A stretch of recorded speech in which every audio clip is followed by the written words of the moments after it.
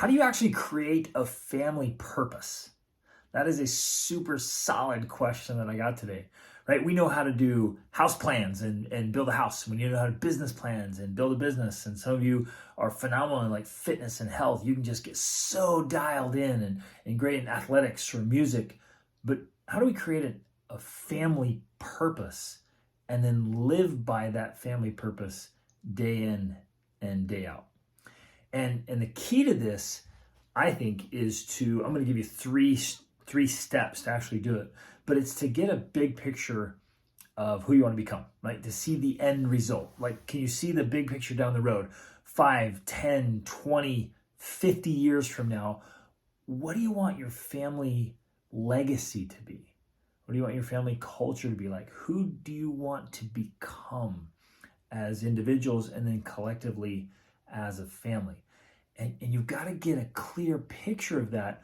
Otherwise, you're just drifting and coasting and rolling along and you just let life happen. Whatever you do, do not just let life happen.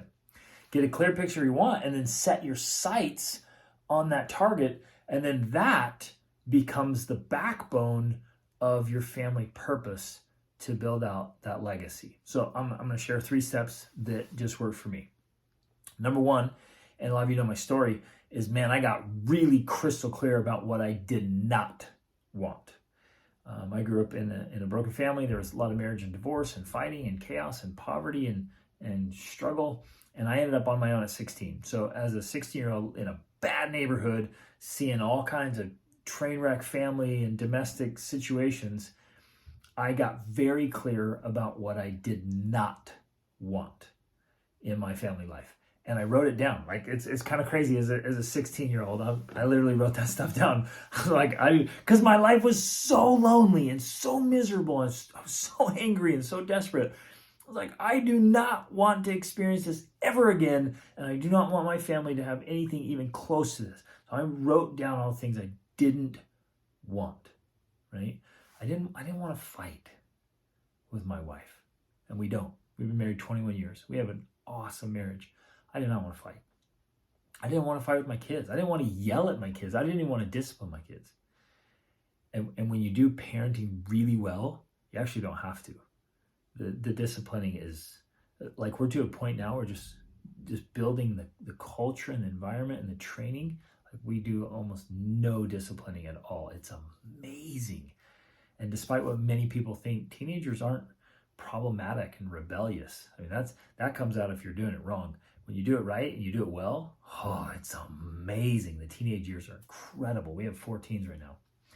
So I didn't want to fight with them. I didn't want them to fight with each other. I didn't want our kids to just be off on doing their own things and totally disconnected from each other.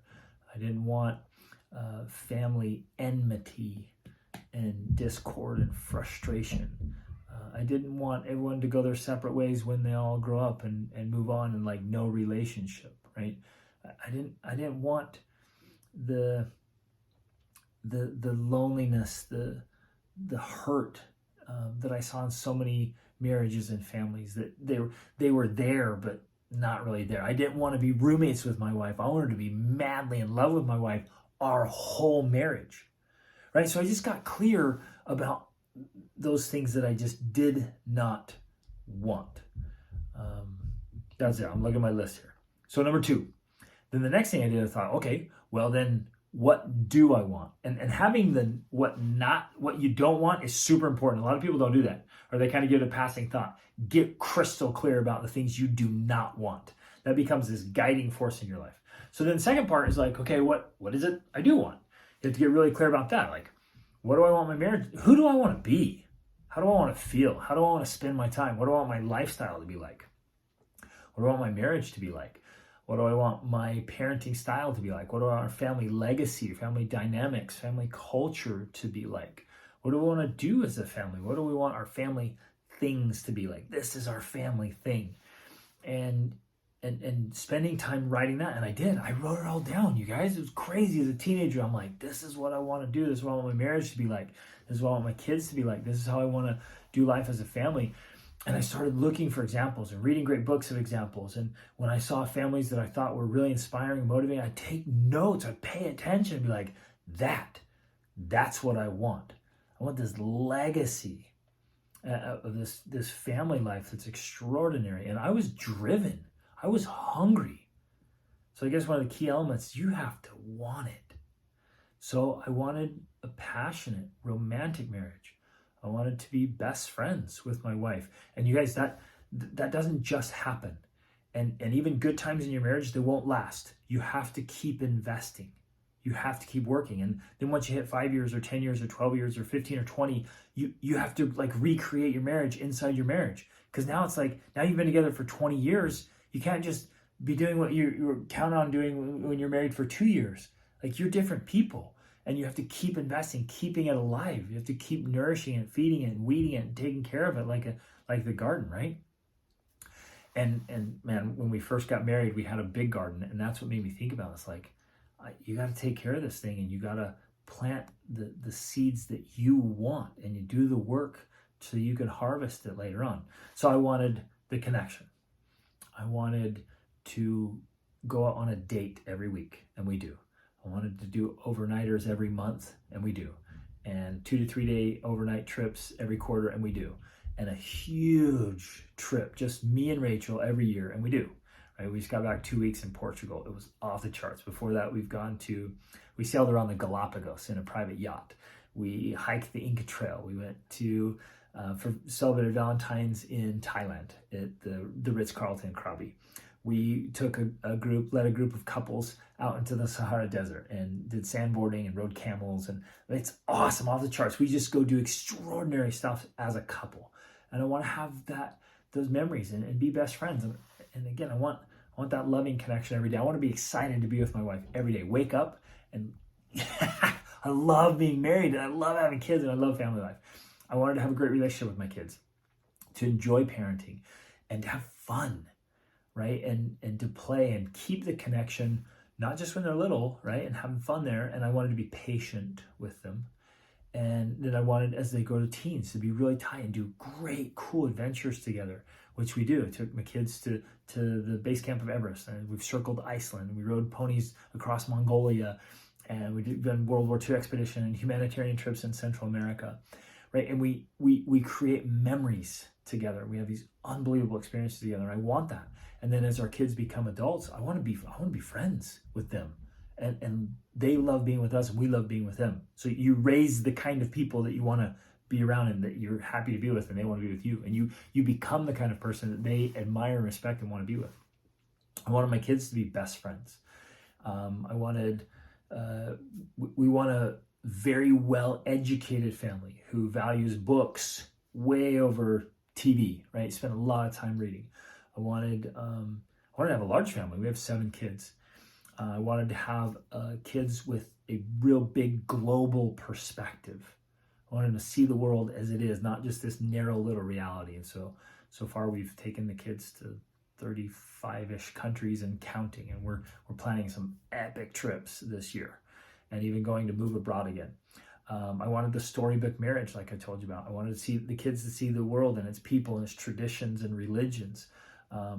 I wanted the two of us to lead lives of greatness and be role models for our kids. I wanted to do epic things like I talked about. I want to have meaningful conversations. So every single day we make it an intention to have really meaningful conversation with our kids and talk about everything we read about and what's going on in the world and society. We're just constantly having meaningful conversations. It's way beyond just the transactional, like, did you do this? Did you do this? Let's do that. Let's take care of life, whatever. But we want to get away from, we still have to do the transactional, right? But move beyond and above the transactional to the transformational. So meeting conversations and devotionals. We have meals together. We have 3 meals together, and we have for like last 15 years, almost every day. I want to spend tons of quality time with my family. I want to be super active and incredibly healthy and fit always, right? So that's the family dynamic, the culture. Just those are a few of the things that I mentioned I don't want, a few of the things that I do want. And so then, of course, third, the natural fit is like, what must I do in order to get the things that I want and avoid the things I don't want? Well, reading every day. I read every day, and I read to my kids every day. Right? I read to them at bedtime. We've gone through so many great books, and we all cherish this love of reading and those memories. Like I will forever cherish my time getting to read to my kids every night. It's amazing. It's so awesome. Now I just read to the little ones. The big ones, I don't read to them as much anymore. But establish a love of learning in your house. So we work out together all the time, right? And we train hard together. We eat well. There's no junk food or junk media allowed in our house. Done, right? We put emphasis on bookshelves and not on TVs. We teach the kids that technology is a tool and not a toy, and we emphasize that. We are patient and calm. We're not fighting and teaching them to fight. And if they fight, we settle it down. And our reactions and interactions with them have to be modeling how we want them to act in the world. We go on dates, like I told you about dates and overnight trips. We're modeling for our kids what the great marriage is like. We do family adventures, great and small, right? Take the kids all over the world, or just out to the park or the pond. We live on a lake, and we go kayaking and paddle boarding, and we go mountain biking and rock climbing, and we just enjoy nature and get out and have fun.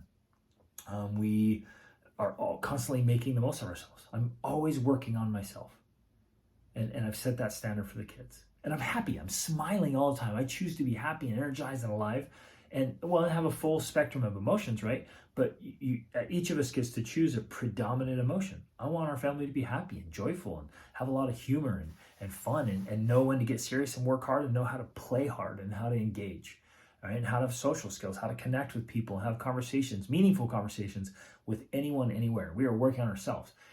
And this one's a huge driving force for us, is we want our family to be a great force for good in the world. And so we're serving and leading and contributing and saying, like, how can we help? How can we make a difference? What can we do every day, get up and to live purposeful, meaningful, fulfilling lives, right? And we try to align our actions with our desired outcomes. So, man, I am just still driven so powerfully. I want to live while I'm alive. And I want to live this phenomenal family legacy and family life that most people only dream of, like better than the one I used to dream of, because it's possible. And if I can do it, you can do it. And you just have to be deliberate about getting really clear about what you want, setting your targets on what you have to do to get what you want, and that becomes your family purpose. And then you write it all down, you integrate it into your systems and strategies, your routines and your rituals, and you check in on it every week. How are we doing? And once you build that purpose and you get it in motion, then it stays in motion.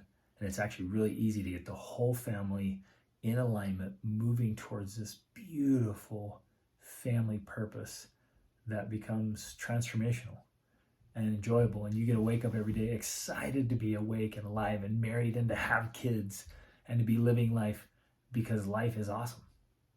And your life and your family life will be exactly what you make of it. So make it awesome. Reach upward.